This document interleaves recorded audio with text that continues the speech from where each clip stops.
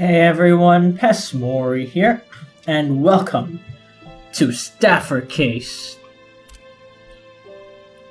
Obviously the name is a lot longer, but hey, I'm not gonna get to that. What I am gonna get to is Case 5, Beyond. Hopefully I'm ready. Because it may be beyond me, I don't know.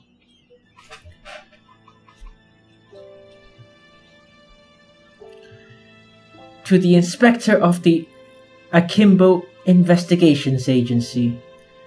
Ma'am, this is Notrix writing. I arrived in London without incident.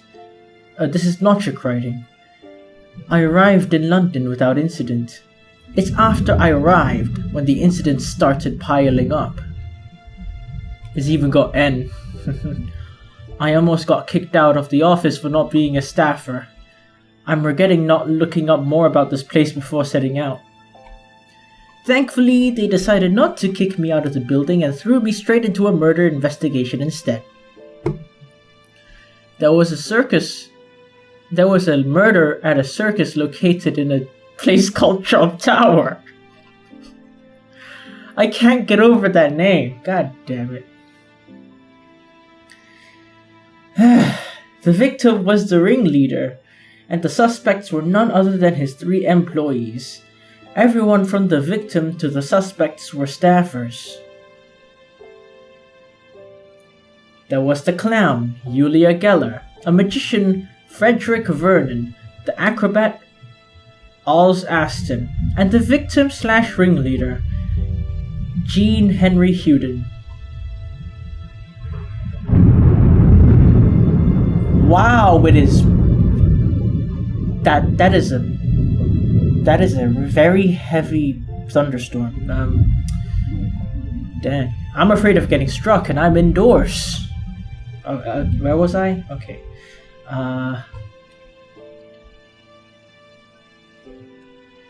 In the end, the murderer turned out to be none other than the clown, Julia Geller. She fooled everyone about her skill in order to remain at the circus, leading to her being assaulted by the ringleader. However, her reason for murdering the victim was because she was intending to sell the circus. For the troop members of the Trump Tower,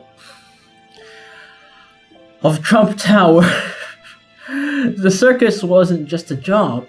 It was the only community they could belong to. After all, they're staffers. In London, the Bureau assigns threat levels to all staffers, putting limits on how they can live their lives. And now I'm part of that very organization. Yeah, the very top level, they won't even allow you to live. I solved the case. Yet I find the doubts growing larger in my mind. I plan to find out why I'm here, reaching far across these new frontiers. Exactly, and scout out my path forward. Sorry, I'm just a huge Sonic fan, okay? I even got this, little Sonic Mania, what's it called? The little figurine thing. October 30th, 1969. Notrix case.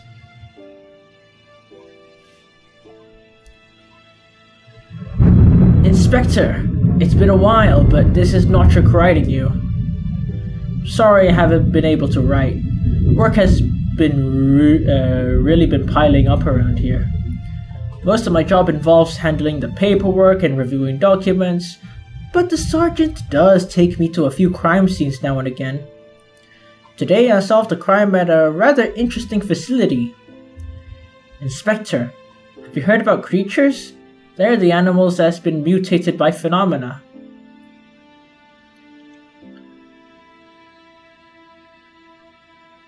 The facility we investigated was a place called Woods that tended to creatures. The CEO of the company was actually eaten by one of the creatures they keep there.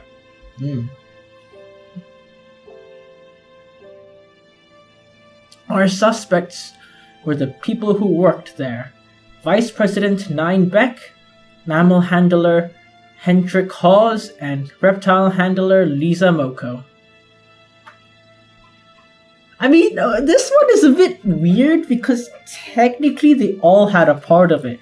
Because he was controlling him to teleport her to control the creature to kill the victim.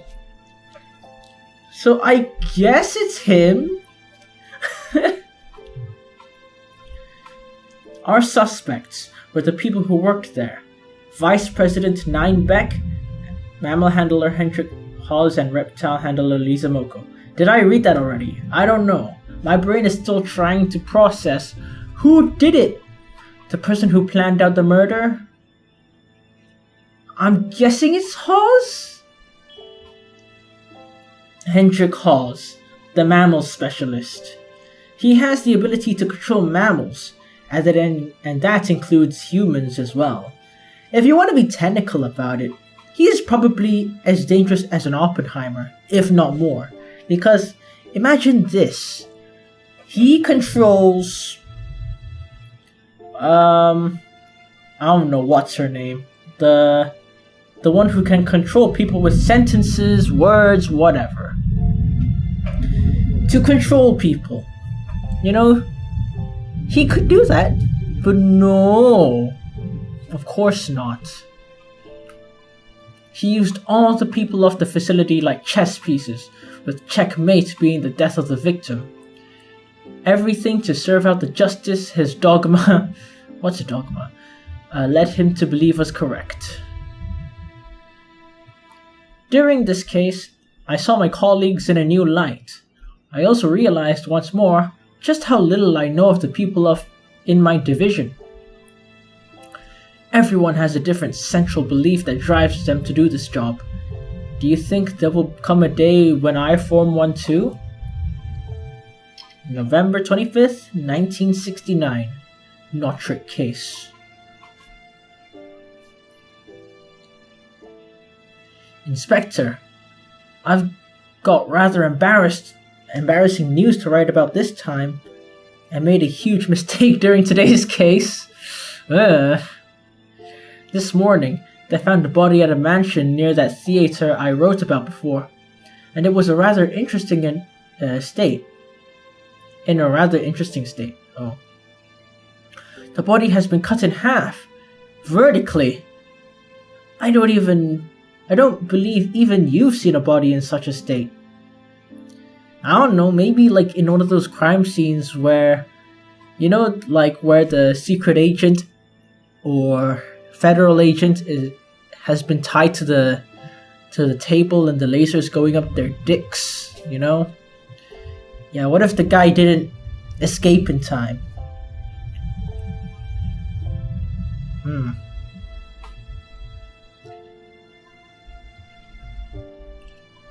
The victim was a collector of staff. Freaking dumbass. And it was the staff that killed him. We talked to the wife of the victim, Ellie Miller, and his good friend, Willie Montag. From the information we've got from Montag, we located a staff merchant who goes by the name Zad Vring. Must be wondering how the hell there's a excavator in her walls. I mean, I would be too, but very well deserved. In the end, the person who contributed the most to the victim's death was the victim himself. Second place is, Ellie Miller. Ellie Miller, the victim's wife. She didn't know the triggers of the staff in the storage shed, leading to her accidentally activating one and killing the victim. The victim didn't tell his wife about his staff because Mrs. Miller wasn't interested in knowing. I don't really understand it, but... Damn. But it seems they figured it was a good way they could keep their marriage going? I made a lot of mistakes during this case because of my own dogmatic view of the world. A colleague of mine almost got hurt. Best case scenario, I guess. Actually, the best case scenario was achieved. He didn't get hurt. If I'd only kept my calm as usual, we would have been able to figure out a safer way to solve this case. Why did I let myself act out of impatience like that? Materials division. It might be because I can't stand the thought of anyone besides me having to suffer. December 10th, 1969, Notrick case.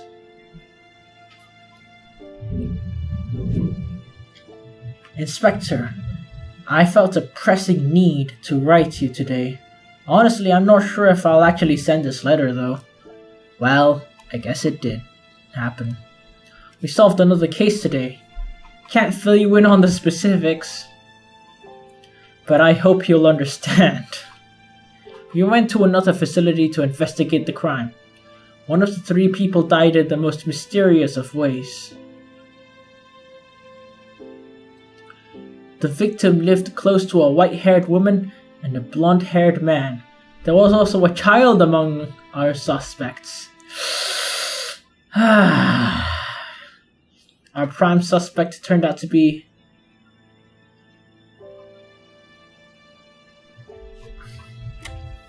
Honestly, I still can't get over this, man. I'm sorry, Doug. As gruesome as it sounds, it was the kid, just as clueless as ever. I can't tell you what he did or how he did it, but he still has no idea what his actions led to back there.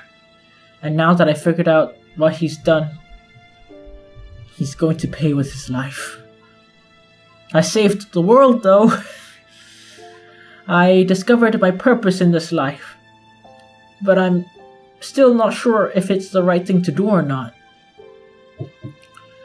I hope there will come a day when I can properly explain all of this. Probably not. Anyway, I got documents to finish today, so I'll end my letter with this. By the time this letter arrives, it may already be the next year. I hope you had a wonderful Christmas, ma'am. December 24th, 1969, Notrick case. A. Notrick case.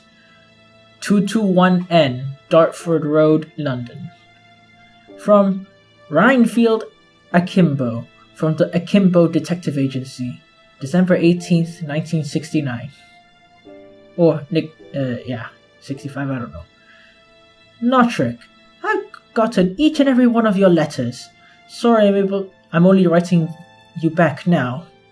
With each letter I got from you, I see you're finding your footing out there, and I do believe you'll find yourself eventually. That's what I feared above all else. 10 years ago, I found you at the scene of a murder.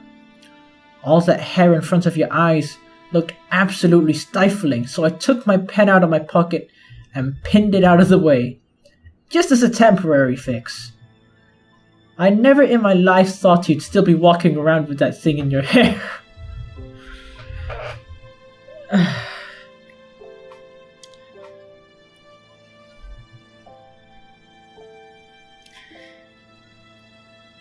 Yeah, I don't know, man.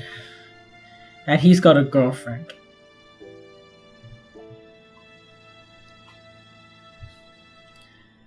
You couldn't even read back then, but you figured out the case from the documents you saw. It was then that I knew it. Even though you're no staffer, I knew you were a special boy with superhuman abilities. After all, I knew someone else like you. I was afraid someone might use those abilities for no good, so I brought you in and raised you as my own. Wow, it is raining out there. And thundering. And lightning. For 10 years, I wouldn't let you set foot in town, so those abilities of yours wouldn't blossom. That's what I did. But then that man came to see me this Easter. Huh? What's this now? Is this your first time? Do we get to see who this... Oh! He's driving! My boy is driving! Don't worry. It's not the driving that's the hard part. It's the parking with like 10 people behind your ass honking at you impatiently. Ah, man, I'm so proud of you. I'm so proud of you.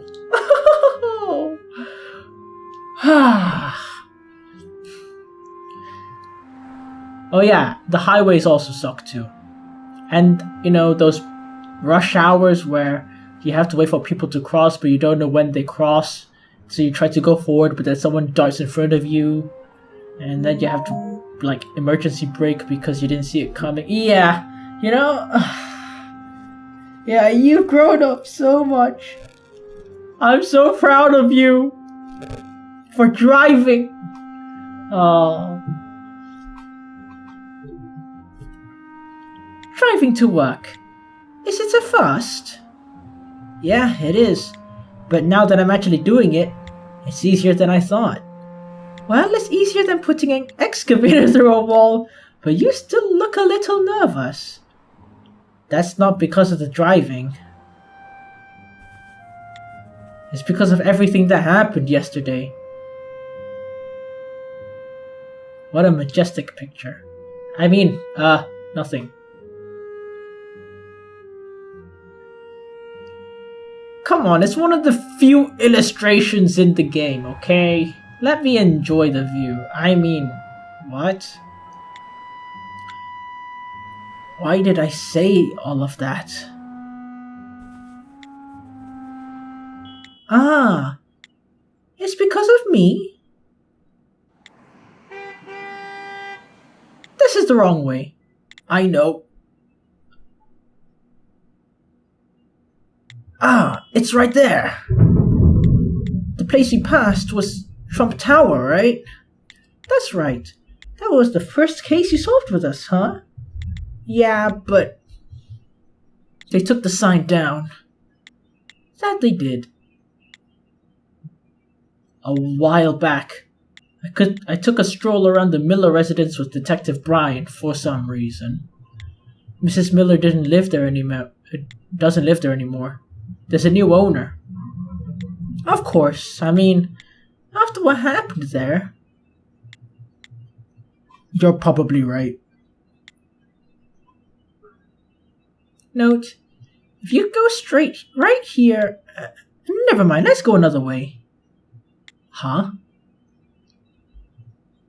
Where's this parade coming from? Is there some sort of Christmas event going on? Note, turn around. We're going to be late. No, we've still got loads of time. But it's good to get there early, so...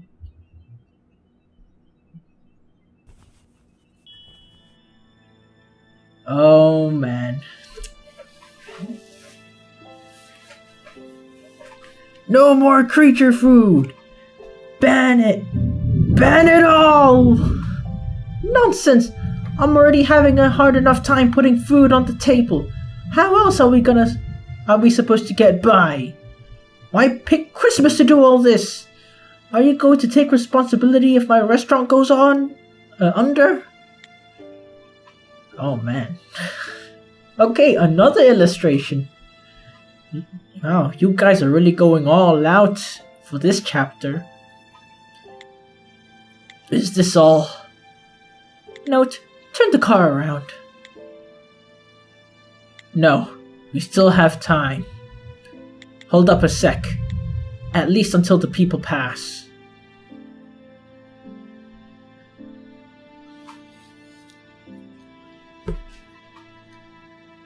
The man said he was the chief of investigations at the bureau, and he knew everything there was to know. He knew about your abilities, and... oh, right, I forgot about that. And about all the sins I've committed in the past. I killed someone in London before, He held that over...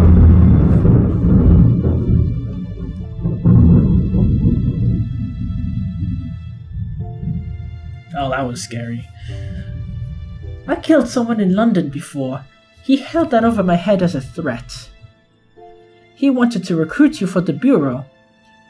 Either way, it was your wish to go to London someday, but I needed to tell you this.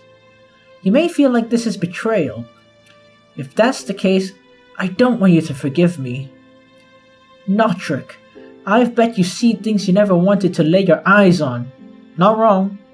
Still, there are things you have yet to see. Things you can't see from where you are now. Things beyond the fog. Is that a Persona 4 reference?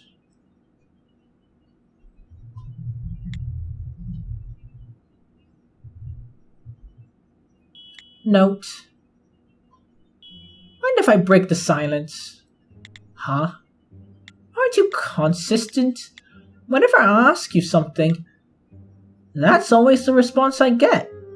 If you don't like it, phrase things so I can understand them after a single listen.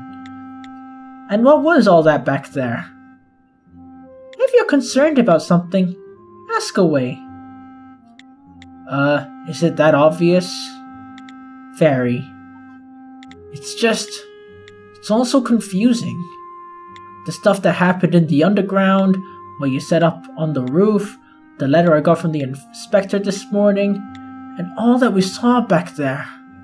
I don't have a clear answer to any of it. Yet if I think about who's lying or who's the culprit for a single moment, I have my answer. I think that particular example only applies to you, but I know what you mean. In the end, there are problems in this world that don't have clear answers. In such cases, it's not about using your logic to find an answer. Instead, it's about making a choice. A choice? A choice. Come to think of it, when the cabinet I need to put my phone on mute. What's this now? Whatever, not important. Come to think of it, when the cabinet secretary let Doug away yesterday, I couldn't let a word out. I think I just couldn't bear the sight of Doug any longer. But now that I'm really thinking about it, not just with this whole case, but with all the others, out of all the things concerning you, I think I can give you a clear answer for one of them. Me too, Note. Huh? I feel the same way. That's the answer to number 2. Number 2? Wait, what did I say before? God damn it, let me check.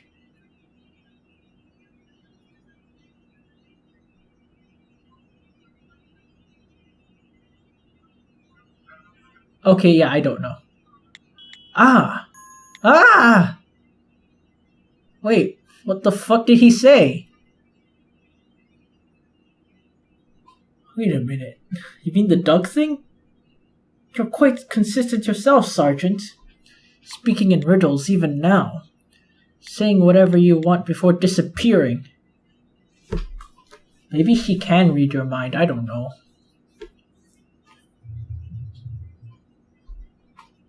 Where'd the sergeant run off to? There's only one way into the Mana Affairs Division. Or so you think.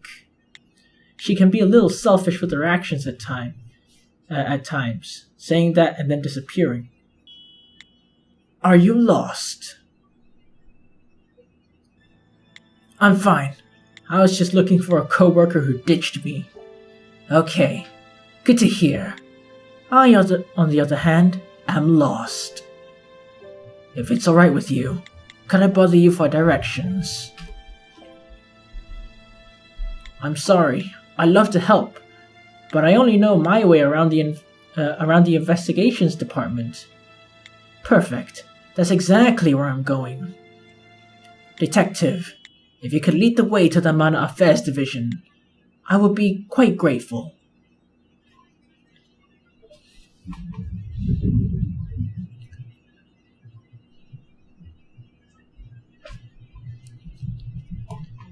Quite the gentleman too, huh? You don't seem like you belong hanging around the bureau. That's a rather awkward compliment to be getting. Right. You said your co-worker ditched you, yeah? Has that happened before? Now that you mention it, yeah. The same thing happened my very first day here. I bet she's using a secret passageway. There's quite a number of them in this building. In fact, there are quite a few locations here that aren't on any floor plan. After you work here for a time, you'll find that you start knowing a few things. If you happen to have a knack for exploring, you may come to know even more than that. Actually, that rooftop balcony wasn't on the floor plan either. You know more than I thought about this building. How do you not know your way to the investigations place? I've been working elsewhere these days. I haven't been this way for around 2 years, so I think it's quite reasonable for me to lose my way. Does that mean he worked here before? Speaking of which, do you have identification? I'm not suspecting you of anything, but it's just that I got another coworker who may point her gun at you if you don't have any. I guess Stina hasn't changed then. I figured she'd be fixed by now. You know Detective Stina? Let's just say I won't be needing identification. They all know me. The gun will be pointed at all the same, no. Though, no use complicating things. Excuse me? Ah, the sergeant.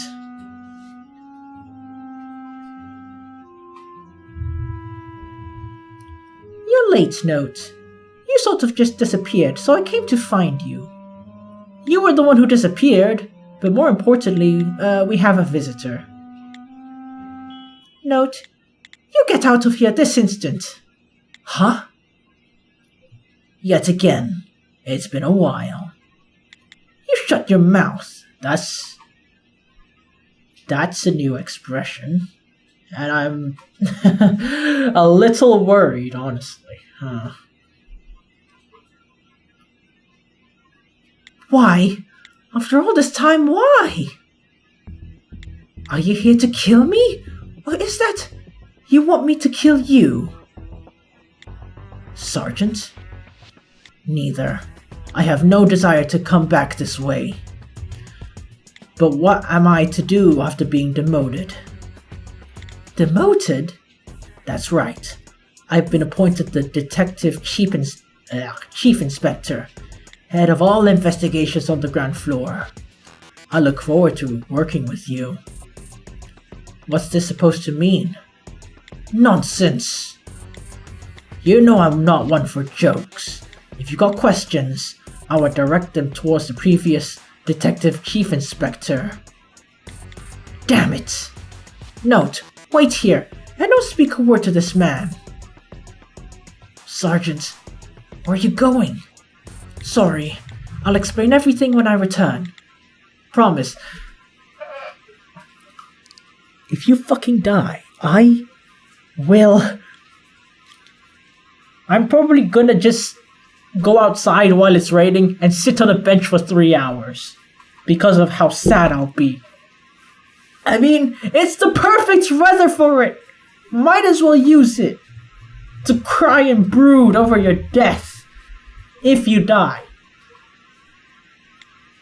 Please don't die. Please! For now, shall we head inside?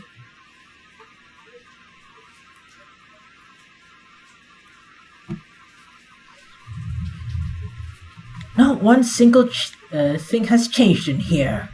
This is the only room at the Bureau that stinks of humans. Actually, they did take one thing down.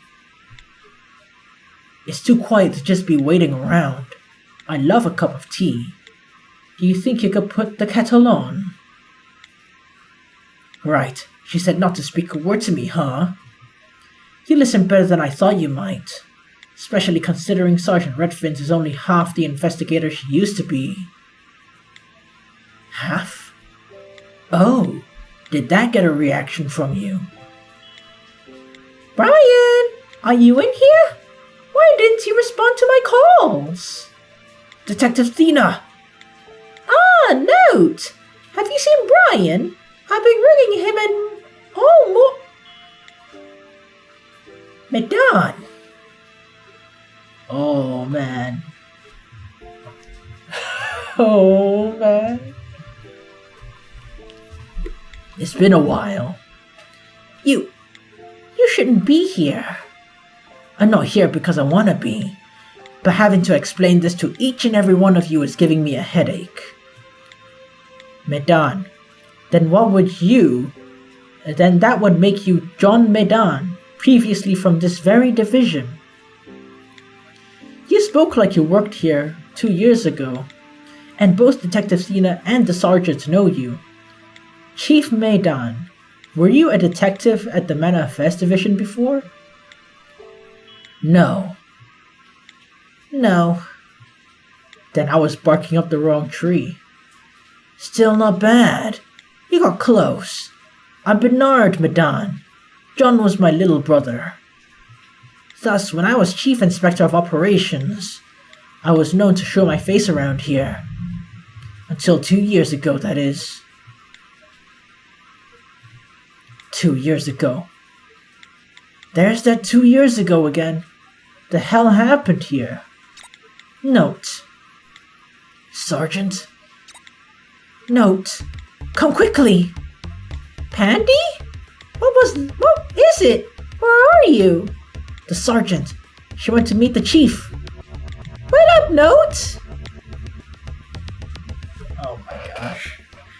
If I see Redfin dead, I'm just saying, perfect weather! Perfect weather! Detective Brian! Huh? What are you doing here? Why are you just standing there? Sergeant.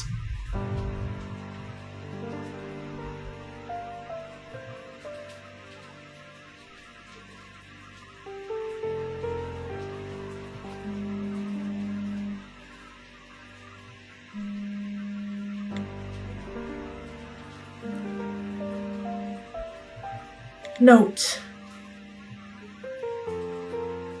The chief's dead. Oh my gosh. Okay, I thought you would die. I'm relieved, but at the same time also scared. I damn near walked out of my room and out of the door and into the rain. Oh man. He even has the ball. Why? Here's the report. On December 25th, at 9:30 in the morning, there was a murder reported at the London branch of the Bureau. The victim's name, Pim Burt, former Detective Chief Inspector. The suspects, the members of the Manor Affairs Division.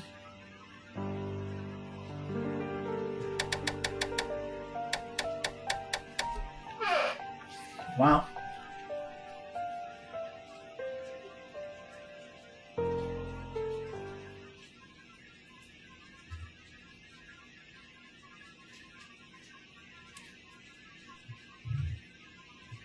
I'm sorry, my mind is just... wow.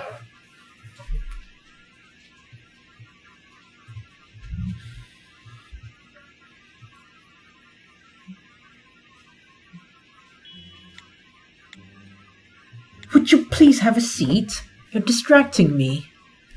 How am I supposed to just sit here? I feel like I've been locked in here half a day. Can't be helped. We're the suspects now. From the state of the chief's body, I say he died sometime between evening and midnight last night. That's around when we met with him.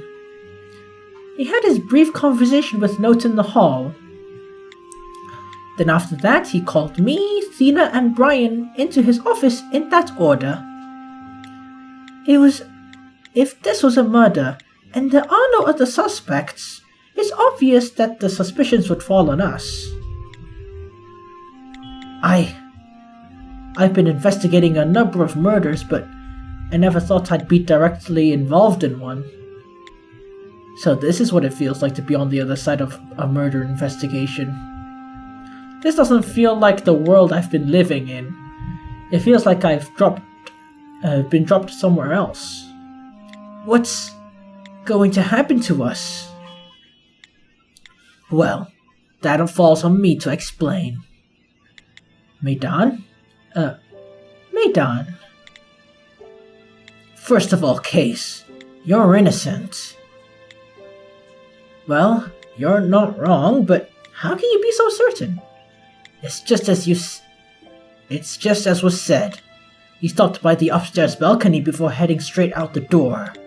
I had my eye on you since you left the underground, so I can say that with certainty.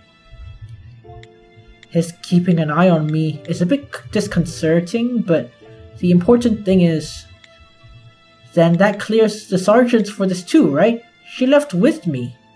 No, we can't say for sure what she was doing before her rendezvous with you on the balcony.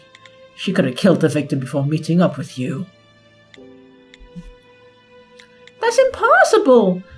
Pandy had no reason to kill the chief. Is that so? I don't know the man all too well, but I'm not hearing great reviews about his performance from those around him. Did you not say you wished you could get rid of him at times? That may have slipped out, and I may have meant it. You also got an altercation with the victim yesterday, did you not? That makes you a prime suspect. But I was the last one to see the chief. He was alive up to that point, so doesn't that clear Athena and Sarge? We found a few pieces of stuff in the area. With those, it may have been possible to trick people about his death. Besides, there's a good possibility that whoever did the deed came back to the scene of the crime to do it. Then it could have been anyone! Well, you are all our prime suspects, but there's no way to say for certain that another staffer wasn't involved. However, this isn't about finding a culprit. After all, this case is over. What? Our answer is clear. You're the ones we've got in charge of investigations, and we can't let the suspects carry out the investigation. We can't exactly elect the people inside the bureau. The police inside the bureau, and it would be rather inefficient to bring in another department. So I'll ask my questions and we'll wrap this up. This goes for the case and the Man at Affairs Division. What's that supposed to mean? You're being dismissed. All of you. What? Where's this coming from all of a sudden? It's not sudden at all. This whole department is inefficient. We held a meeting and unanimously voted to dismantle your department. This can't be. Catching us off guard like this? No, it can't end like this. I literally just joined. Yet again, you're burying us. Just like you did 2 years ago. If you're that curious about finding out the truth, I won't stop you from investigating. It should be rather simple for you, no? All you need to do is lay one finger on the chief's body. Look here. You know about that. What does he mean by lay one finger on the body? Oh yeah, you didn't know? I thought you two were close. Though I do understand why she wouldn't tell you. You're forcing my hand. Originally, I was going to pick the proper time and place to explain everything. Sergeant? Note, here you go. This is...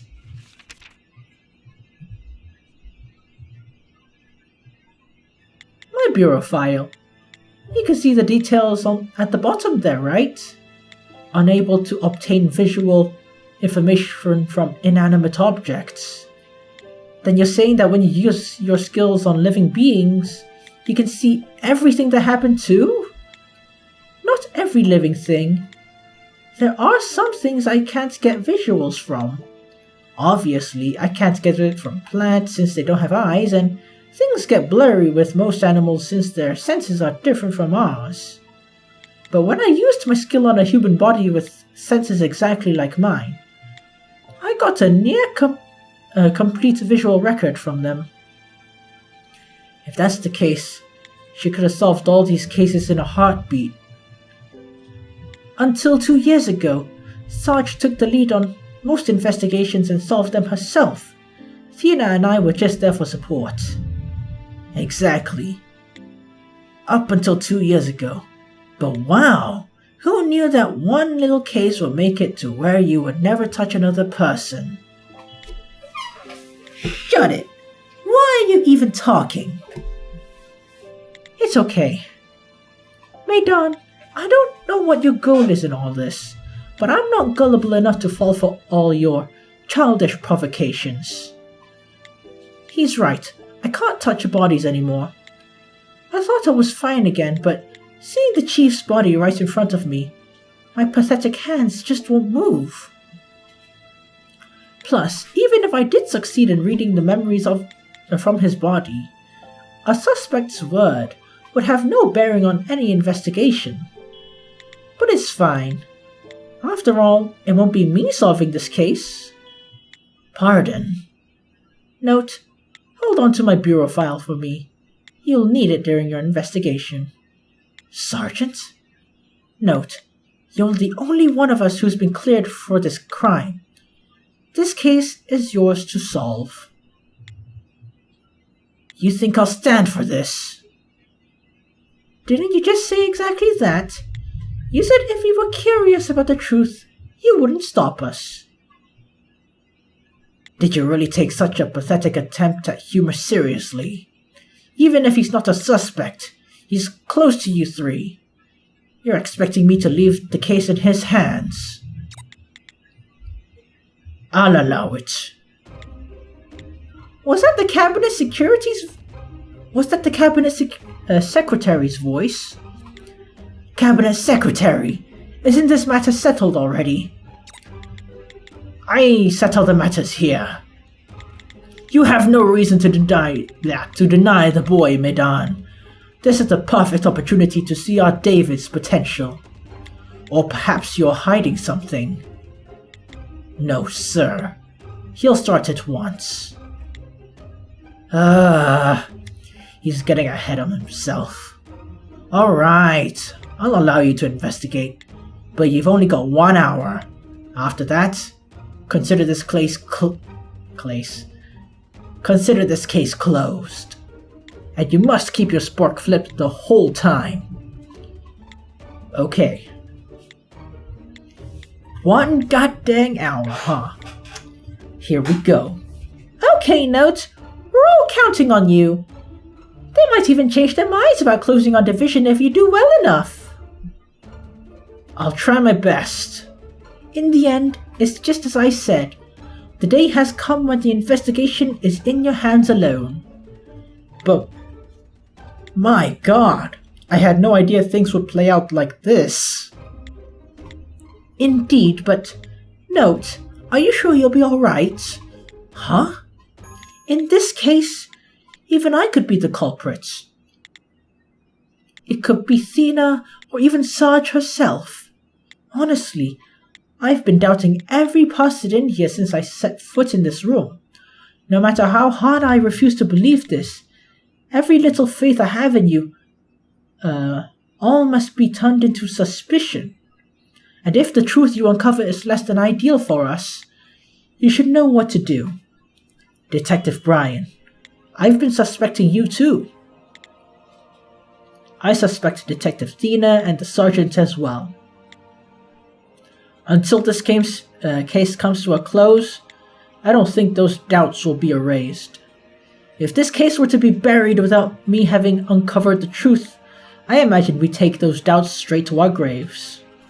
I have no idea what lies in store for us, but I hate the thought of that.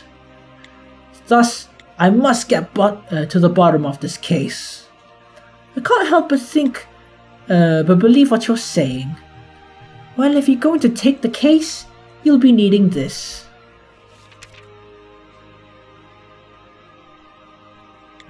Here's the bureau file on one of your prime suspects. I'm leaving it in your capable hands. Thank you. I'll put it to good use. Aren't you forgetting something? Here!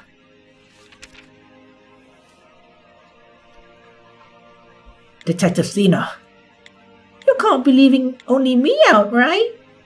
Of course not. So this is how it feels, to be in the presence of a David. I have no idea what you're going on about, but I'm sure you're chasing your tail with whatever it is. Note is special, and it's not just because of his talents. Talents aside, and without him being a staffer, Note is the most capable detective I've ever had the pleasure of working with. Well then, that makes him all the more dangerous. Dangerous, huh?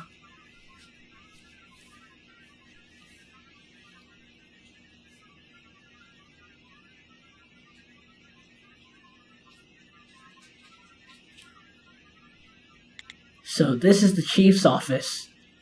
I walked by it, but this is my first time stepping inside. Wow.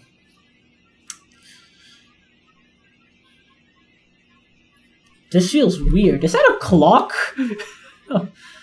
I guess it stopped working. Nice painting.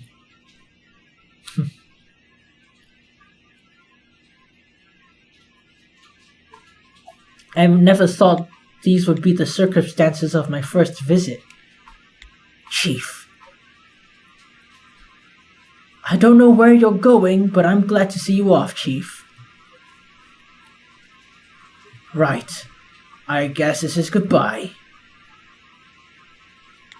That was the last thing he said to me.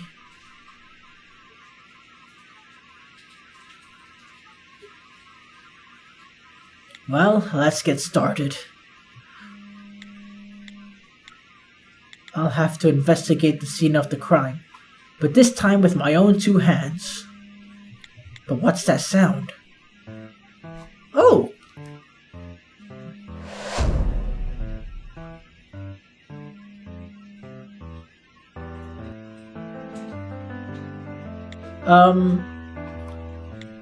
Of course, I'm not able to make out footprints with my naked eye. Even if such things were visible, it would take a trained eye to see them. As expected, things are harder without Detective Brian. I should give up on checking out the floor.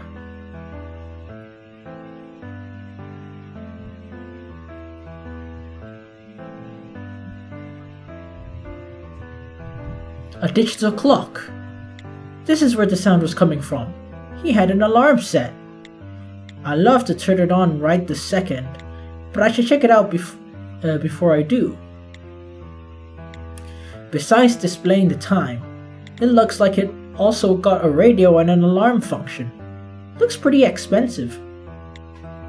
It's got the alarm set for 8:30 p.m. and 9 o'clock p.m. That makes the alarm go off, going off the 9 o'clock one, I imagine. What? Good. Now I can turn it off. Whew! That makes me feel a little better. No, I hardly call this mood better. After all, I don't think this nagging feeling will go away until I solve the case. All I gotta do is solve the case and... If I do solve the case, will that make everything okay? What am I thinking? I'm on the case.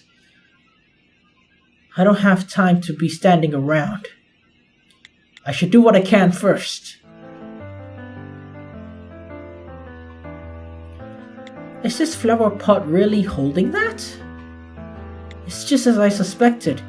He's got the dried flower in here. This is from the case we solved about a month ago at the Miller residence.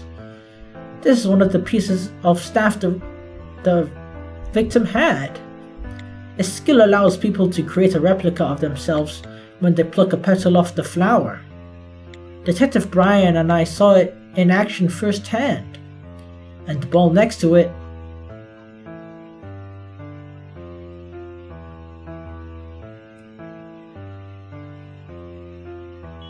Ah!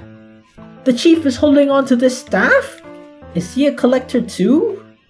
Can't believe he's storing such a dangerous thing out here. The light is on the ceiling, making it hard to step into the ball's shadow, but if you were to make the wrong move... Come to think of it, Peter Miller had one more piece of staff. Where did that one go? You mean the hologram?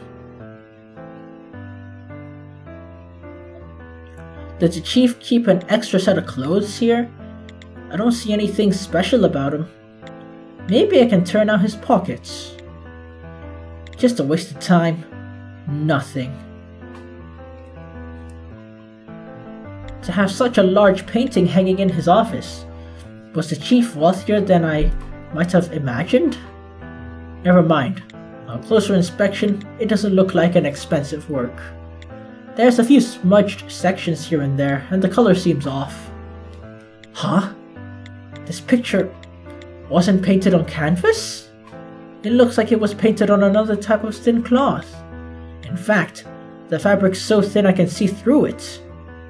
What is art anyway? 3/4 of the word fart. Huh? There's a hole in the wall under the painting. Is this a bullet hole? Well, if it's a bullet hole we're talking about, I can only think of one person who would have made it, or could have. Chief, I hope you understand. My eye was only drawn to this part from far away, but it looks as though the fabric around his chest area is darker than the rest. But it doesn't look like something pushed through the fabric. Shall I get a closer look? What is this? There's a hole, straight through his chest. On top of that, it looks like the area around the wound was cauterized by a flame or something. Is that why there's so little blood? It's a clean circle. It looks like a hollow tube cut out a section of him. What on earth happened to the guy to leave him looking like this? You don't want to know. What am I looking for? Oh, okay, notepad. Looks like the chief left a note. I should see what he wrote. Thank you for the parting gifts. I shall put them to good use. Don't forget that even though I'm going, I'll always be watching. That handwriting, is it his? Let's finish reading first. Always watch what you say and think of me before you act. If you don't, I'll expose the truth about you. I still have the documents. If I ever have the need to order you around again, you be sure you're there to lend a hand. Is this a threat? I figured it was a suicide note from the first part of it, but I don't think this guy could have resorted to that. Just guessing from the contents, but it looks like the chief had been threatening someone for some time now. It seems he was gonna pass on another threatening message. Can't be sure if this is related to the case, but it could have something to do with the killer's motive. On closer look, I see the yellow remnants on the previous page. Did he rip that one off and store it somewhere? Unfortunate. If the sergeant were here, she could recreate the previous message too. Though she'd probably say something stupid like, "What do you think of this note?" I'm gonna let that one slide.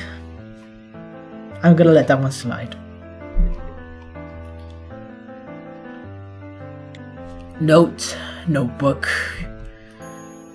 Ah, that's where she was getting with the notebook bit. Really? You didn't know?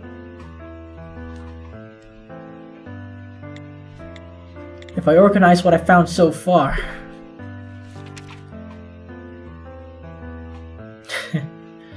I guess that'll do.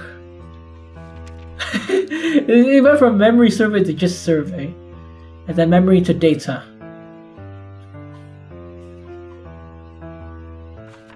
I think I've checked out everything I can. Normally someone else would have said that. Feels sort of lonely. Still, I did find something. There's one thing I could tell from what I investigated so far. I know what our murder weapon was. That's all I can say. Wait, what was it? What was the murder weapon? Let's see. Gun?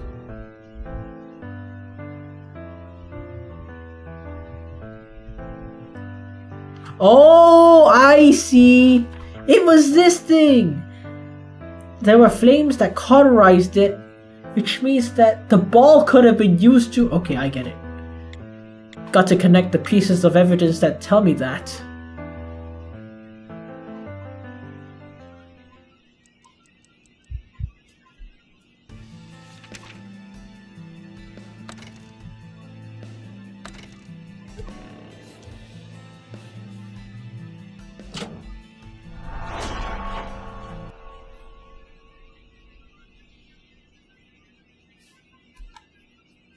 The chief's body shows evidence of only one wound, the scorched hole in the center of his chest. It's clear that this was the fatal wound that led to his death. On top of that, there's a piece of staff in this room able to light things on fire, turning them to a pile of ashes. Or ash, I guess. That, of course, is the yellow ball. That rubber ball was procured at the Miller residence, and the woman who sold the ball was very clear. The mouse has stepped into the shadow of the ball was burned into ashes. This piece of staff has the skill to turn an object into ash, and its trigger is something coming into its shadow, the hedgehog. That's what I know thus far. The shadow of the hedgehog of the ball must have been centered on the chief's chest. That's how he got that wound. Oh, it's weird that there's no hole in the shirt, but now that I'm looking at it, there are no burns on the wall or floor either. It seems that this ball only burns living tissue. Would you consider the mouse was burned into ash while the floor was unscathed then?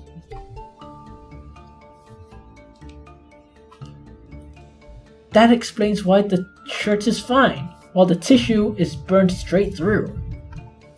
I'm sure of it. The murder weapon of this piece of staff. Was this piece of staff. And that's it. I can't say anything else for sure.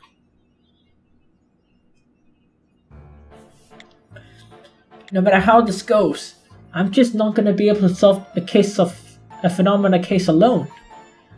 What? Where'd that boisterous bloke from before go? You finished investigating the scene of the crime in 10 minutes, even going as far as to name the murder weapon. You've got plenty of time, so how about giving it another go? I've already given it enough thought. There's nothing else I can figure out by looking over the crime scene. Of course, time to think isn't really a problem with you. Then how about getting statements from your suspects? My suspects? Statements from all of you, but I don't really feel comfortable questioning my colleagues like that. You might even be able to clear one thing of us using our statements, and then you can make good use of them.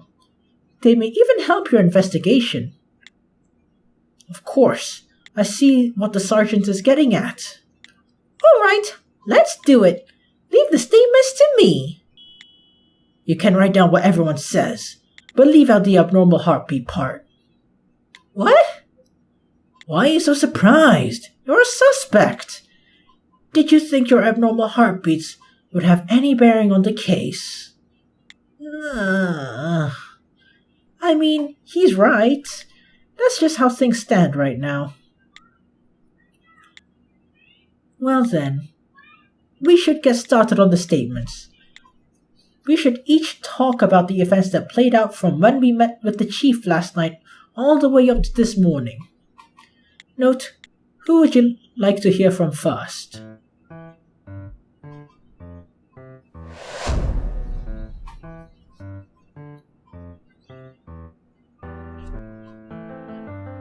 So that's what their full body portraits look like. I mean, I never saw anything beyond, like, the waist. So, I didn't know that Thena was wearing shorts and then stockings. How would I know? I mean, Brian could have been pantsless for all I know, I mean, it'd be funny, but it'd be weird and funny, but it could have been possible in this weird world. Redfins, I was expecting something like that. So, yeah.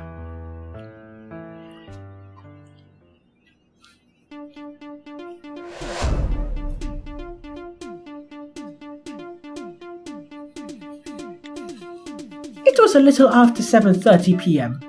when I entered the chief's office. The chief blathered on about meaningless things that have nothing to do with work. I admit I stopped paying attention in the middle, but I must say it was rather odd.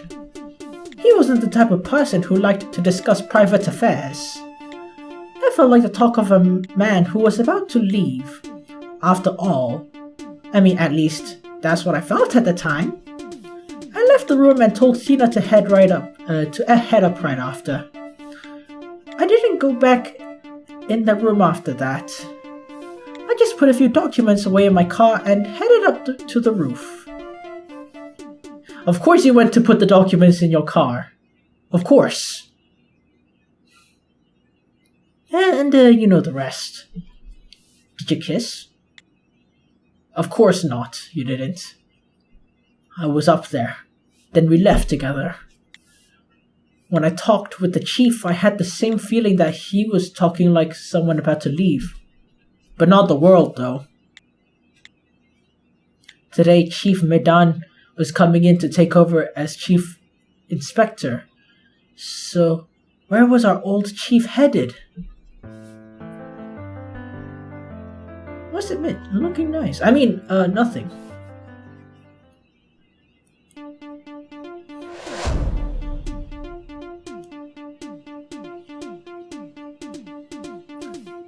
When Patty told me to see the chief, when Patty told me the chief wanted to see me and I headed up, it was about 8 o'clock p.m. The chief told me to have a seat. Right when I did, he started talking. Not about work, but like he was reciting some strange philosophical view on the world, and it rubbed me the wrong way. So I wanted to give him a little scare. But then he froze up and called security. That's why I don't have my gun on me. They confiscated it. Then he kicked me out of his office. That's it. That's my statement. There was a part of Detective Dina's statement where I felt like she skipped over some important parts. Shall I point them out later? Last but debatably least, I don't know, depends on how you see him, Brian. I just realized there's a piano here. Why is there a piano in here?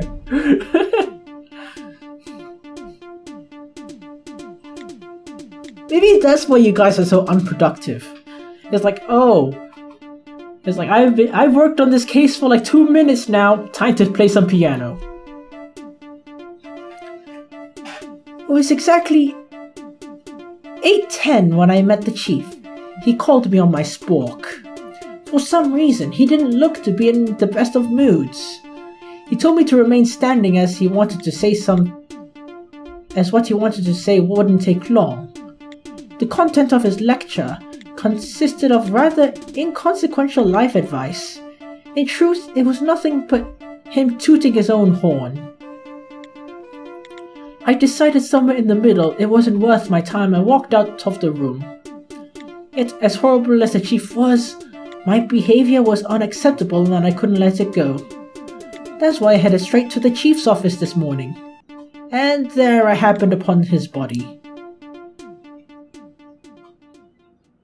For now, that's all I can remember. Then Detective Brian was the last person to see Chief alive. Generally speaking, that makes him my prime suspect. I mean, can't just imagine him doing a thing, but I gotta leave emotions out of it. That's everyone's account of the night. Detective Stina wrote out all their statements. But without the abnormal heartbeats, it's impossible for me to see who's telling the truth. However, that doesn't mean I'm out of options. If I could connect parts of the statements to clues I found at the crime scene, I might be able to get a better sense of what happened. Even the smallest of details will help. Let's connect the statements with the clues that can relate to them.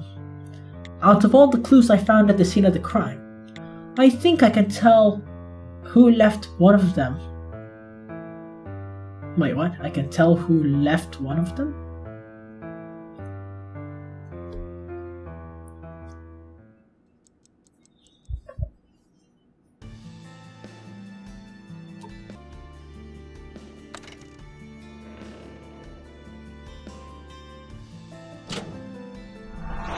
What's that supposed to solve?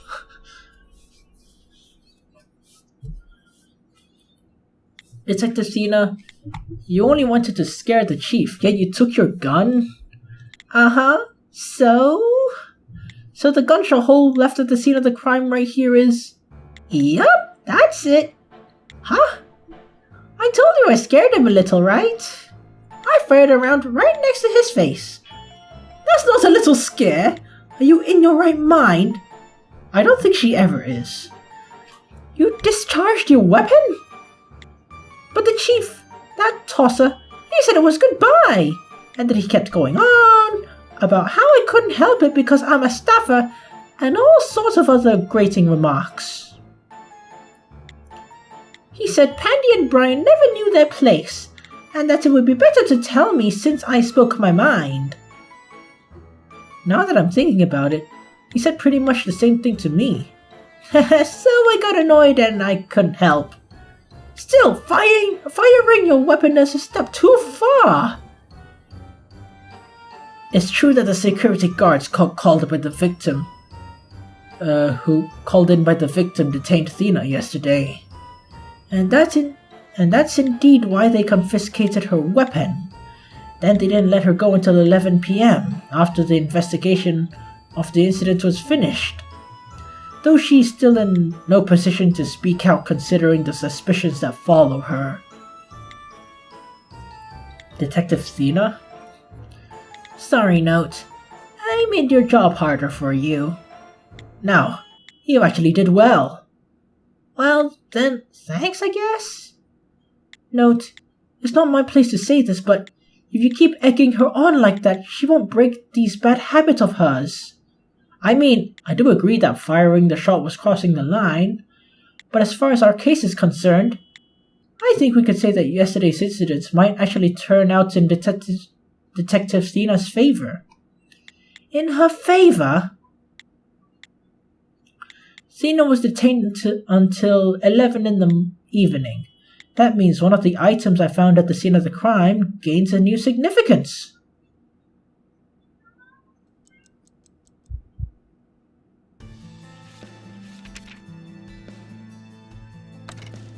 This one?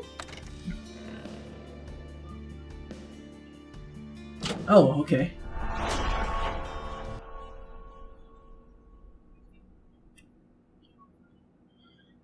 I'm sure you all know, right? There was an alarm going off at the scene of the crime until just a few minutes ago. It was pretty loud in there. Was that an alarm going off? It was. And I do think it was an alarm set by the victim. And because the victim was already dead when the alarm went off, there was no one there to turn it off. And the alarm in question was set for 9 o'clock p.m. Ah. I see. Then Xena wasn't lucky indeed. If the alarm was still ringing at 9 o'clock... Ah, I see. If the chief wasn't able to turn off his 9 o'clock alarm, there's a high likelihood he died before that. But if Xena is under investigation until 11 o'clock...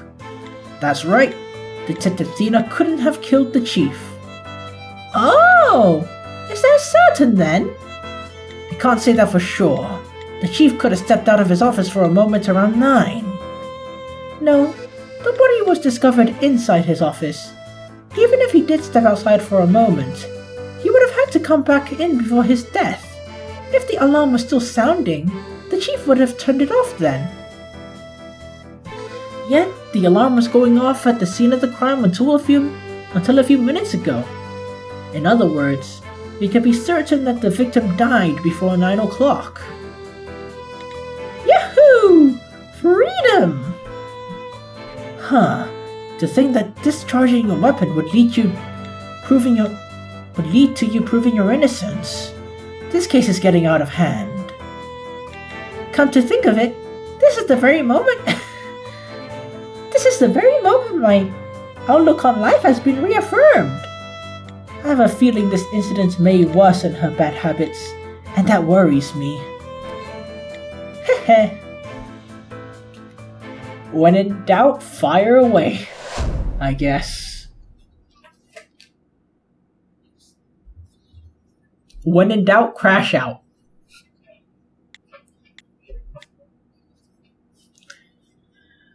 Well, first things first. This clears Detective Xena, right? Sure.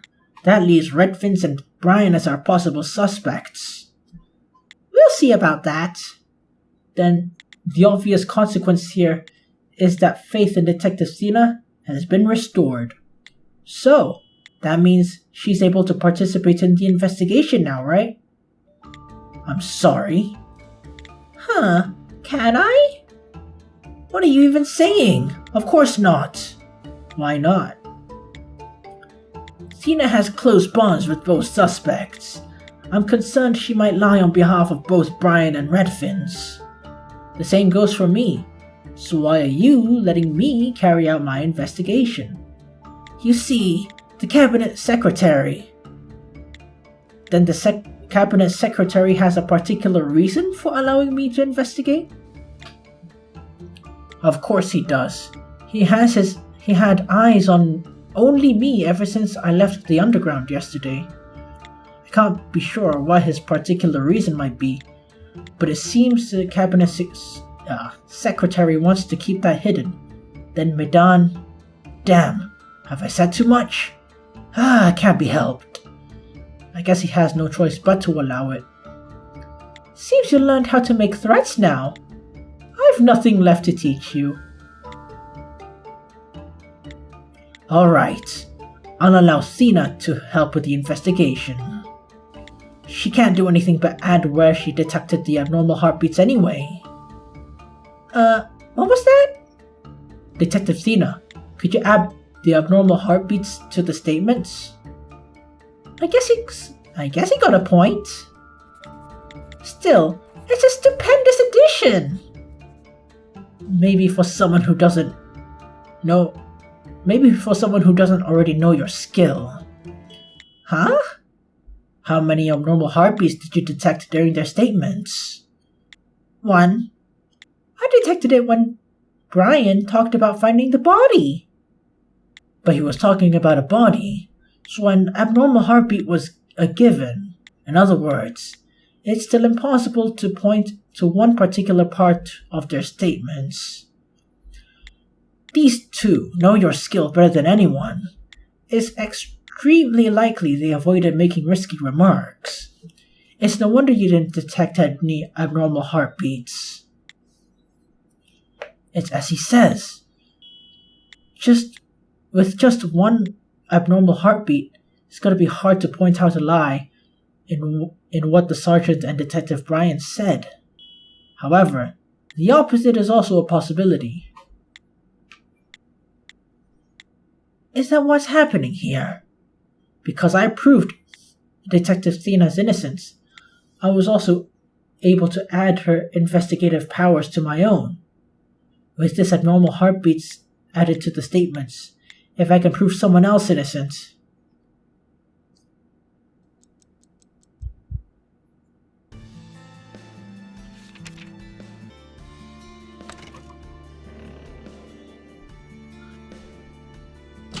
Yes! I did it! Yeah, I did it. Come on, I need to be cool, I think. Like, a little cool? In the sergeant's statement, she said I didn't go back in the room after that. We didn't detect an abnormal heartbeat in her statement. In other words, after her first time meeting the chief, she didn't see him again. And after the sergeant had her sit with the chief, she called in Detective Thena and Brian, one after the other. That means that after her final meeting with the chief was still alive. From this, we can prove that the sergeant's innocent. So, are you gonna ask for her to be included in the investigation too? You know very well I am. Well, my word. I did believe allowing just one person, Thena, to join would be alright. After all, it's hard to push back against his orders. Well, what can I say? If he wants me to peel back the layers, you might as well peel them all back. I'll let Red Fins join you. Great. That's rather unexpected. Because this is you we're talking about. I'd figured you'd nitpick about this, that, or the other. Why would I do that? It means nothing to me whether you catch your culprit or not. Well then, it seems the only suspect you have is Brian. He was the last to see the victim alive, and he knew well of the staff used to murder the victim. Right? Isn't it about time you named your culprit? Don't be ridiculous. This is Brian you're talking about. You really think he's capable of something like that? Your argument is steeped in emotion. Maybe you'd be better suited for operators over investigations. This investigation isn't over. Once the sergeant carries out a memory survey of the crime scene, we'll turn over another clue. With that, we'll clear Brian's name as well. Indeed, yet you may turn the charge back to the people you already cleared for this.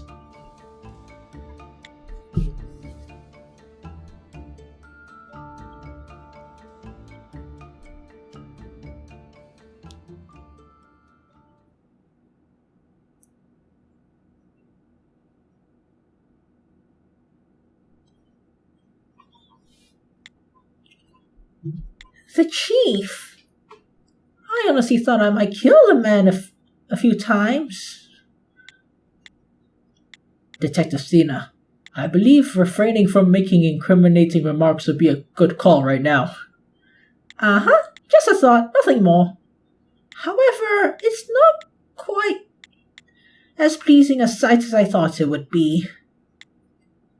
Note, let's start an investigation. All right.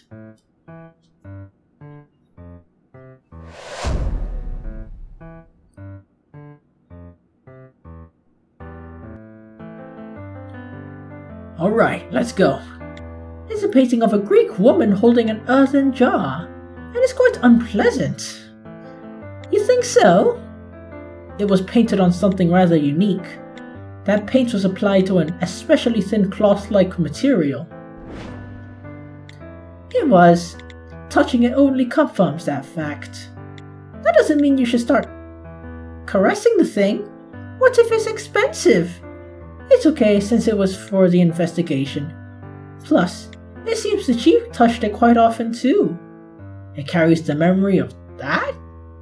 Yeah, the memories show that he touched the jar part. In fact, it wasn't just touching, he pressed down quite hard. Does that mean something's stashed away behind it? No, behind it's just an ordinary wall. I knew that. I'd have been surprised if that wasn't the case.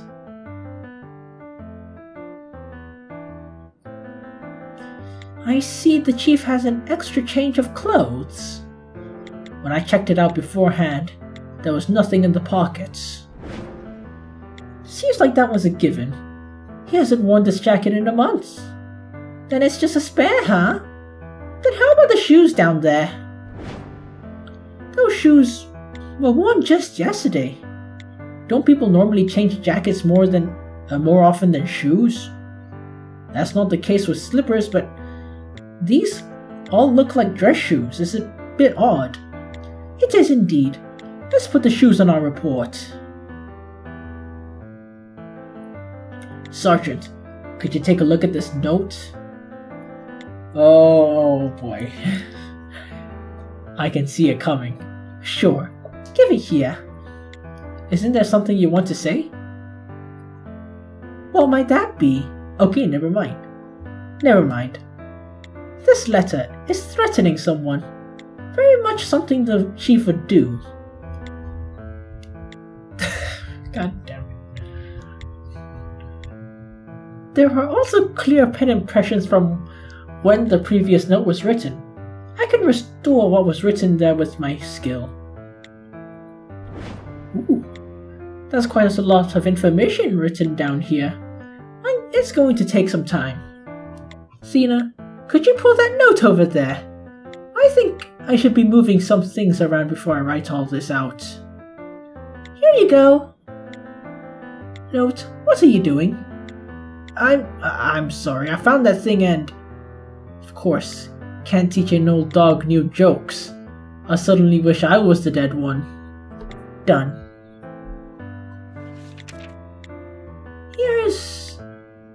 This here is a list of all the staff in the chief's possession. Wait, hold on. Music box, okay.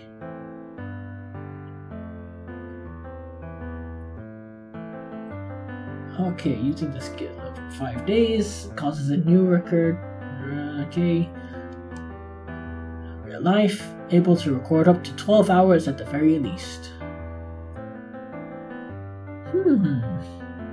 Having shone light on it, disintegrates organic material. Inorganic not, okay. The Kagebushi no Jitsu, petals, I guess. Wrapping cloth. This user and replica appear to share some sensations. Time to live. Okay, took a space, but okay. Wrapping cloth, stuck to a wall and pushed hard. Able to pass through a single wall.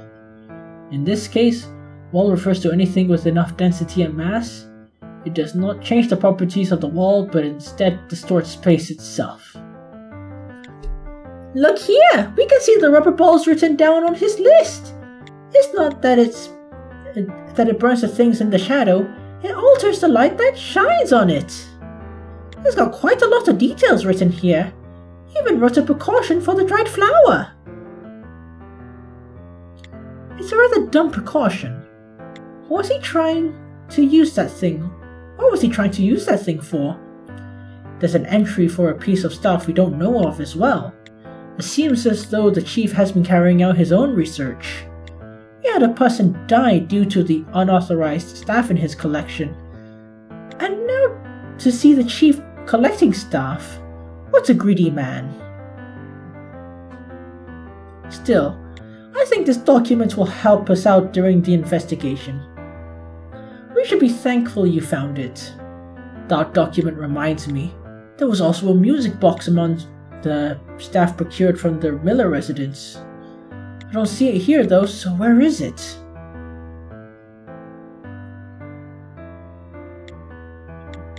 So this is a digital clock.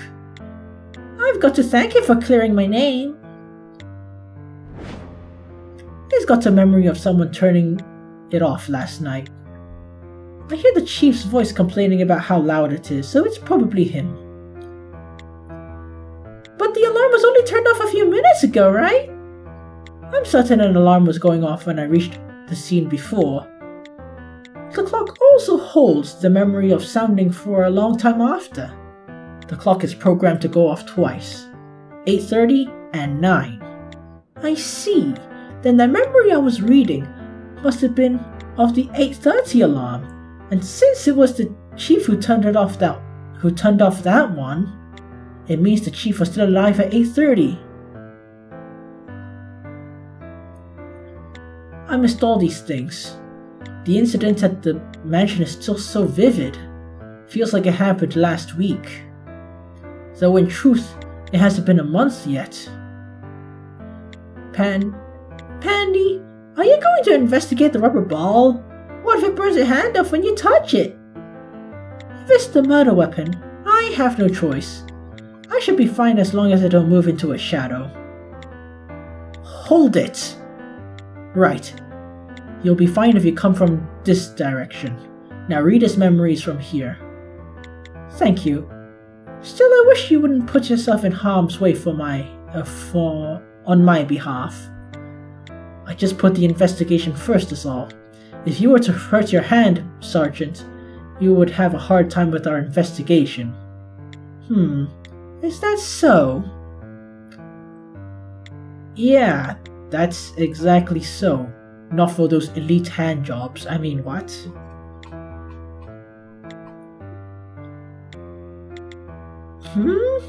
Huh? What's going on?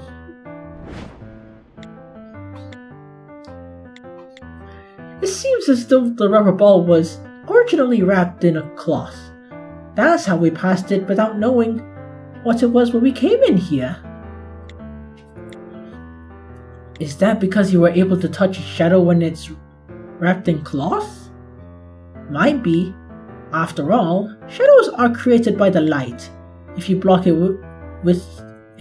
from light, maybe its skill doesn't activate. No. Besides that, what if the two of you... Besides that, what was the look you two shared just a second ago? Was that what I think it was? How about this dried flower? Has it been used? The flower has a memory of a petal being plucked, but it seems to be from a number of days ago. Well then, it seems unlikely to be related to the case. When the chief used it before, it seemed like it had a time limit. I can't go. Yep, they're just completely ignoring her. Then let's hurry and check something else out. We don't have much time. Damn you two! If it wasn't for the investigation, I'd keep pestering you two until you begged me to stop. I wasn't exactly trying to hide anything, but it would be good to focus on the investigation, no? I mean, you know, curiosity. I think we checked everything worth checking. Now it feels like a real investigation. After everything, this is the most notable clue we found, huh? The record of the 4 pieces of staff in the chief's possession. Right. All the staff the chief has in his possession could have been used during the crime. Oh yeah, I just realized. What was the opening it.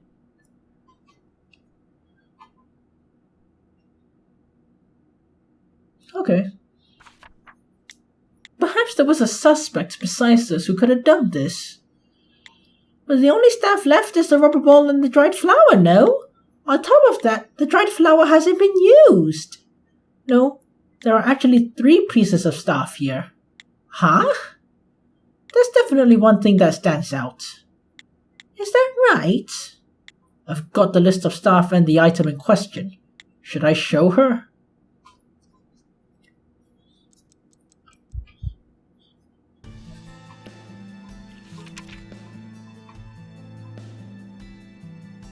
Where's the painting? Okay, there it is.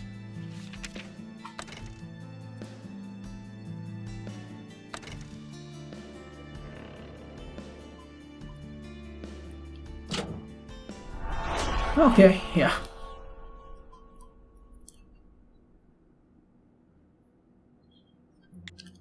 Among the 4 pieces of staff listed here, there is one we're unaware of. The wrapping cloth? Perhaps it's something the chief procured from another case or had in his possession beforehand. Its trigger is being pushed hard, and that lets you pass through a single wall it's stuck to. One of the items in this room contained a similar memory, yes? Ah, you mean the painting? Yeah, that's right.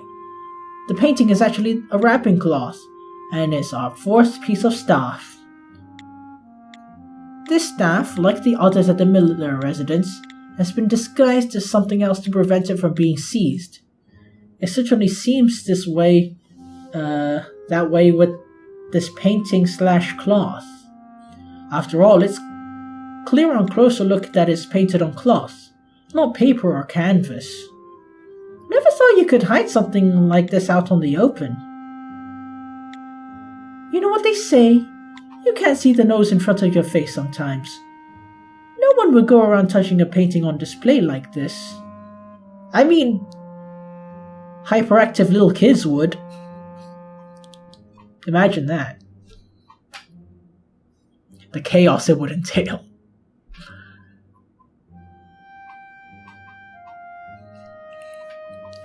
Staff able to let you pass through a wall?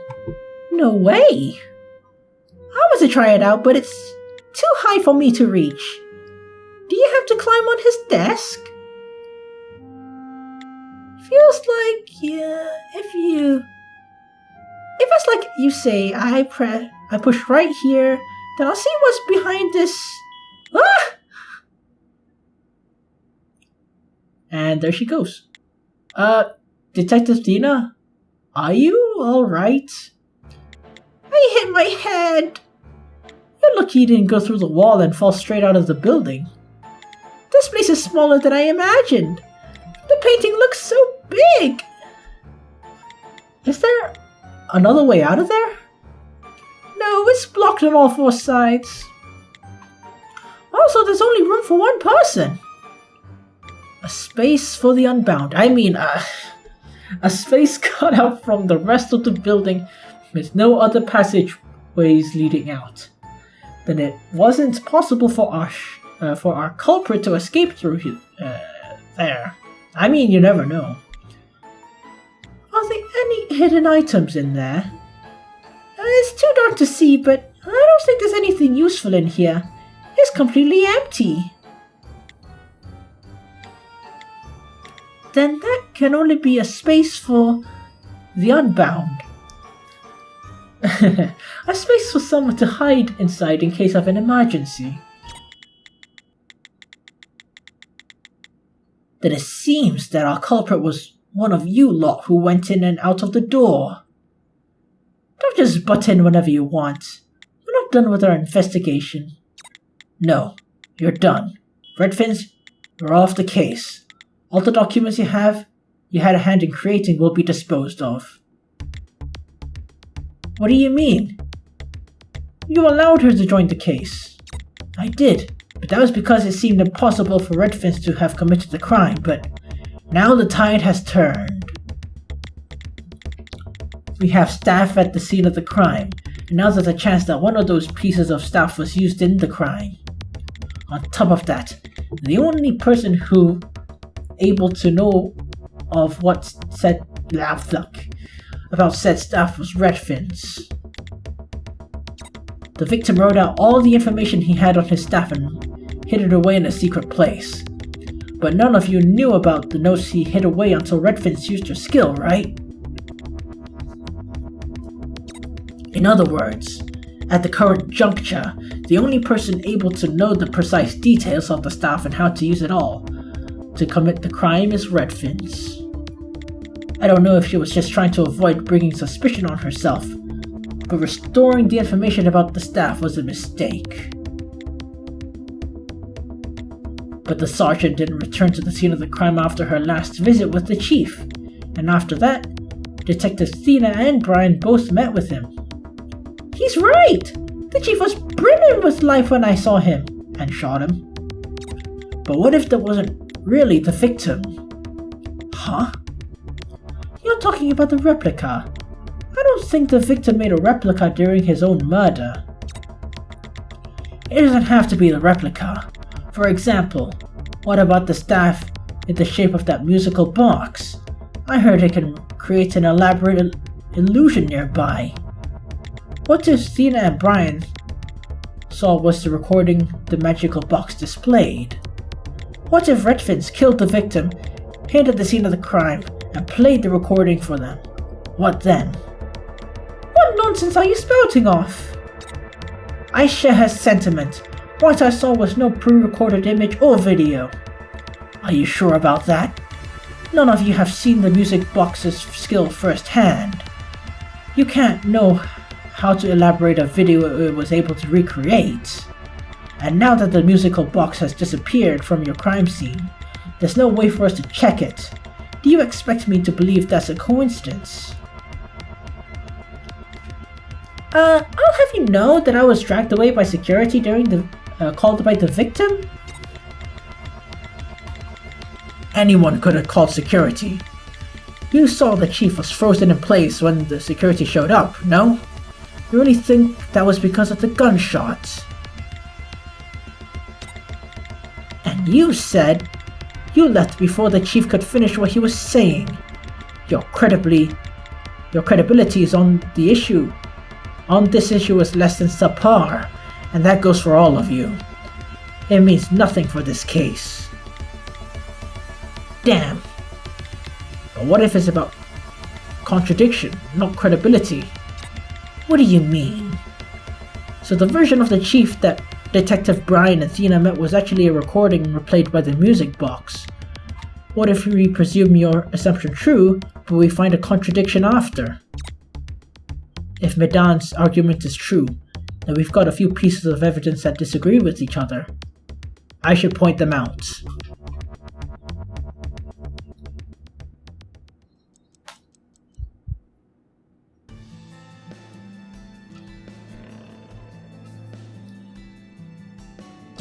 Huh? How is that the answer? What the fuck? That makes no sense. Zena, do you remember the first thing the chief told you to do when you went to his office? Of course! He said have a seat. I told you that, right? How about you, Detective Brian? I think I follow. Of course.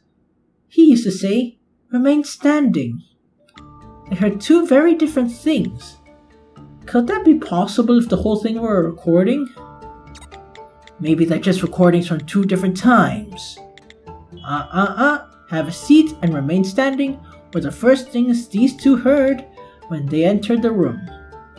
Even if the sergeant were to have recorded the chief's conversation with her, she couldn't have gotten those two different phrasings on one recording. There's always a possibility the two of them are lying for Redfins too. I'm sorry, but they said the exact same thing when they made their official statements before. No, it was only confirming their previous statements. I know you'd love to pin this on me, but don't you think you're pointing your finger the wrong way here? Fine. Sorry to interfere with the investigation. Continue. Hurry and prove Brian is our culprit. You little... Sounds as though you really wish that be the case, Medan. What exactly is going on in that brain of yours? It's not that I want it. It's the only logical theory, isn't it? The only logical game theory. You said that you were the last of our suspects to meet with the victim.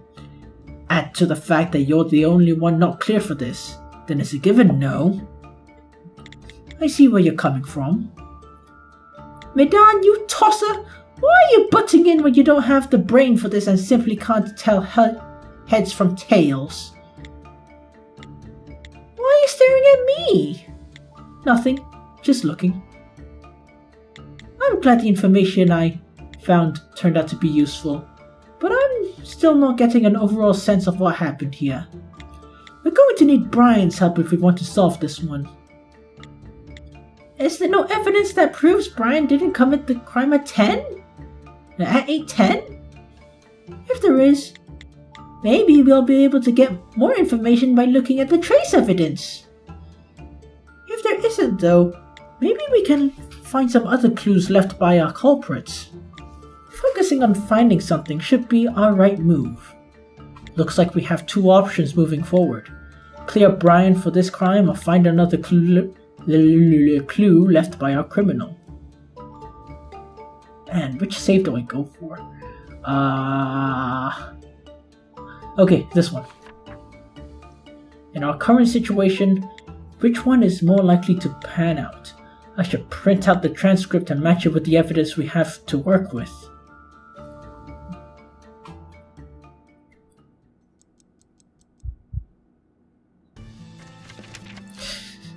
Yes, I support this.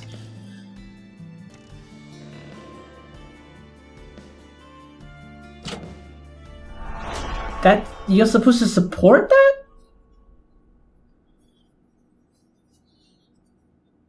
Sergeant, this clock. You said that the chief turned off the 8:30 alarm, right? Right. There's no question about it. Detective Brian left the office at 8:10, so in other words, the chief was still alive when Detective Brian left the room. What do you say, Chief Medan? I mean, how do you know the alarm was set for 8:30 yesterday? Brian knows what skill Redfin has, so maybe he just reset the alarm. If that were true, we see Detective Brian's fingerprints on the clock. At the very least, we'd see some smudges from a gloved hand. Fingerprints? Are you seriously bringing up fingerprints? What are you expecting me to say? Brian is the one who checks for prints. You expect me to believe what he says? You're wrong there. My skill merely makes it possible for us to know what time prints were left. For the fingerprinting itself, anyone can do it with the right equipment. Even you can pull that off, Medan. I have the equipment in my drawer. Would you like to give it a try? Let's see if my prints really are on the clock. Whatever. I'm sure you didn't leave anything behind. Well then, is Detective Brian cleared for this? Not a chance. The possibility he committed the crime has just gone down ever so slightly. After all, our only 3 suspects are from your division. For now, I'll permit him to join the investigation. Just don't forget he's still a suspect. Alright, that sounds more than reasonable. After all, I'm sure Note will see this case to its conclusion. That's a given. But to that end, we're going to have to add Detective Brian's power to ours. Anytime I can help.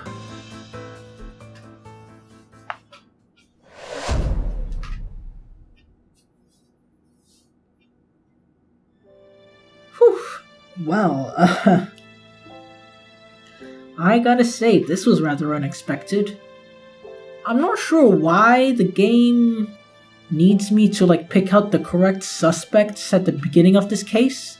And I'm not even sure if I picked the correct suspects at the for those.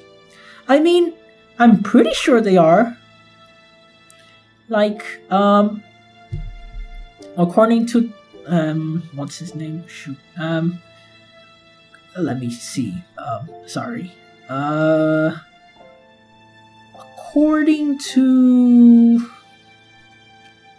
How do I see?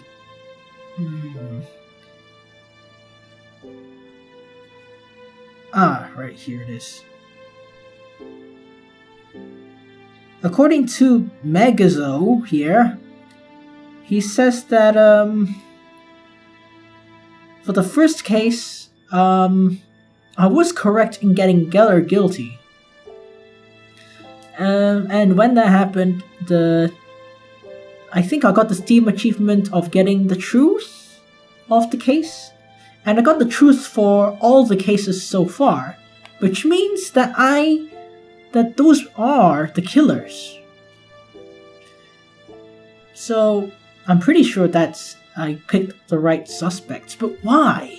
I mean, I guess I'll find out later, but for now I'm still confused. And now I'm also curious of what happens when you pick the wrong people. Anyway, I gotta say, this is really something else. I think the closest I've seen to this is to anything like this situation. I guess is Phoenix Wright Ace Attorney 1, where in case 2, Phoenix has to defend himself? I don't really know any other game where now the people you work with, the other detectives, are now the suspects, and now you have to clear their names and stuff like that. Which I must say is pretty cool. I didn't think that I'd need it, or didn't think I'd enjoy it, but that's pretty cool. Also, I legitimately thought that Red Fins was gonna die. And yes, I would have just deadass just gone out in the rain and sat on a bench in the rain, okay? Brooding.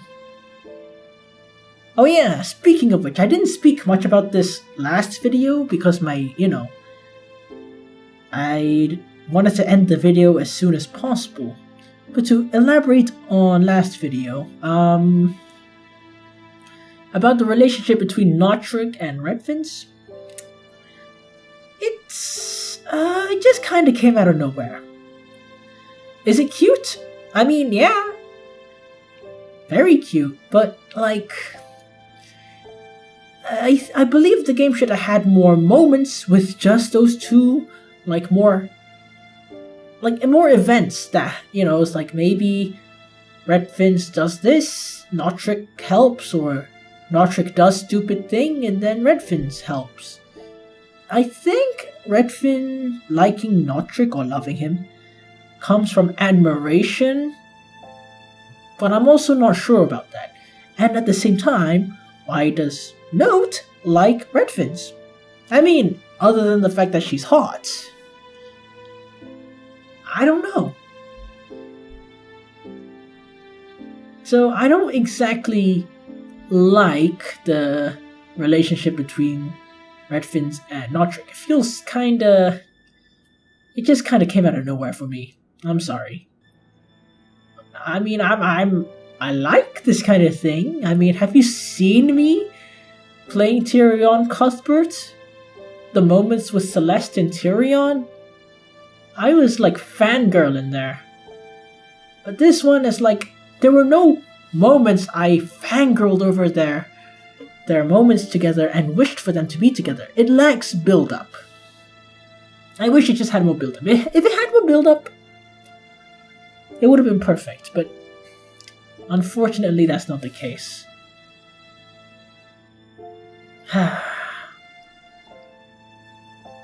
But maybe they have more things in the side story, I don't know. I guess we'll see later on. I'll do the side story after Case 5. And I do understand they're making more games for this franchise, so I'll see how it goes from there. But I guess I gotta worry about that after this. Anyway, with that being said, thank you so much for watching my playthrough of Stafford Case. And if you like what you see, stay tuned and stay awesome. Good night.